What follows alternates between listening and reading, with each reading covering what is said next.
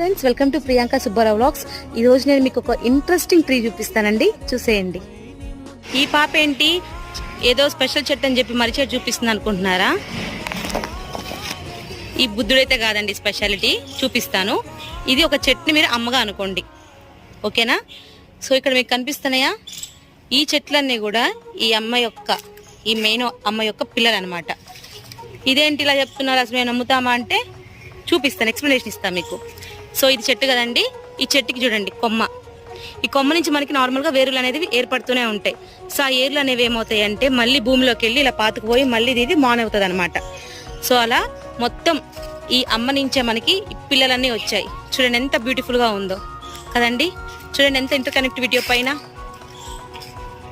So ఇది మర్రి చెట్టు speciality అండి ఇక్కడ. Thank you for watching. Please do subscribe to my channel.